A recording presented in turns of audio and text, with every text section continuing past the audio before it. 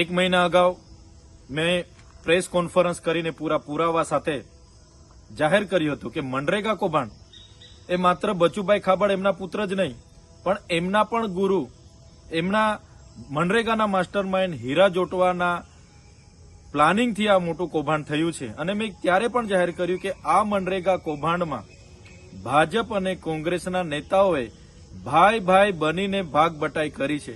ત્યારે અહીંના જ શાસક પક્ષના એક સાંસદે એમનો બચાવ કર્યો હતો.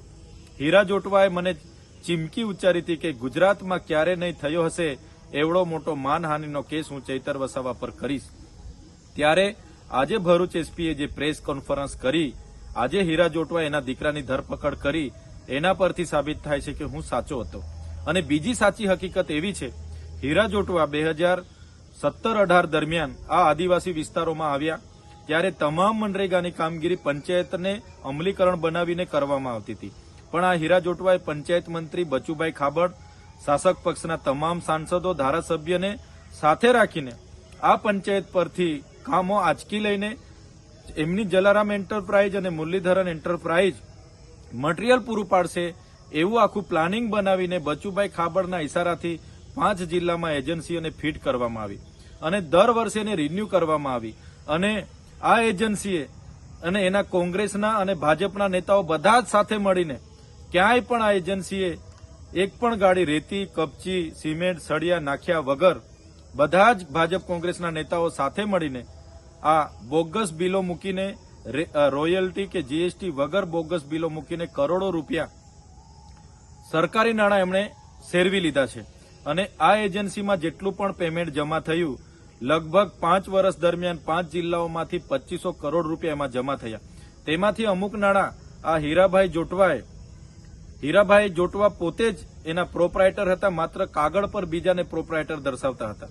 તો આ તમામ નાણાં હીરાભાઈ જોટવાએ કેટલાક નાણાં સ્થાનિક નેતાઓને, અધિકારીઓને અને કેટલીક પાર્ટીઓને ફંડ આપ્યું છે. અને બીજા જેટલા પણ મોટા નાણાં હતા એ હીરાભાઈ જોટવા, એમના પુત્ર દિગ્વિજય જોટવા, અભય જોટવા જ્યારે લંડનમાં ભણીએ છે એમ કરીને ત્યાં રહેતા હતા, તમામ નાણાં અહીંથી વિદેશમાં એમણે હવાલાના પેટે મોકલાવેલા છે. અને વિદેશમાં એક કંપનીમાં એમણે ખૂબ મોટું રોકાણ કર્યું છે. એમને ખબર હતી આજે નહીં તો કાલે કૌભાંડ કદાચ બહાર નીકળે તો આપણે વિદેશમાં જઈને પણ સેફ થઈ જઈશું. ત્યારે મારે સરકારશ્રીને વિનંતી છે, તમે આમાં સીબીઆઈ, ઈડી અને જીએસટી વિભાગને પણ જોડો. માત્ર એસઆઈટી બનાવીને તપાસ ચાલવા દેવાશે નહીં, કેમ કે જો સઘન તપાસ થાય તો અહીંના કેટલાક સાંસદો, મંત્રીઓ અને કેટલાક કોંગ્રેસના દિગ્ગજ નેતાઓ પણ આમાં બહાર આવે એવા છે. કેટલાક નામો બહાર આવે એવા છે, અધિકારીઓના નામો પણ બહાર આવે એવા છે.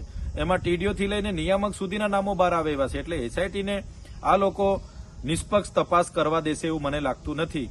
એટલે સીબીઆઈ તપાસ થાય, એની સાથે ઈડી, જીએસટી વિભાગ પણ જોડાય અને હવાલાના પેટે જે રકમ બહાર ગઈ છે એને પણ પાછી લાવવામાં આવે એવી અમે સરકારમાં માંગ કરીએ છીએ. સાથે સાથે જો સંતોષકારક તપાસ નહીં થશે તો આવનારા દિવસોમાં આ જે ભાજપ અને કોંગ્રેસના નેતાઓએ કરેલા કૌભાંડોને ઉજાગર કરવા માટે અને રિકવર કરવા માટે અમારે લોકોને સાથે રાખીને કલેક્ટર, એસપી અને નિયામકની કચેરીને ઘેરાવો કરવાની જરૂર પડશે. તો અમે 5 તાલુકામાં ઘેરાવા કરીશું. એટલે સરકારને જરૂર જણાશે તો અમે તમામ લોકોને સાથે લઈને ગાંધીનગર ખાતે પણ અમે ઘેરાવા કરીશું.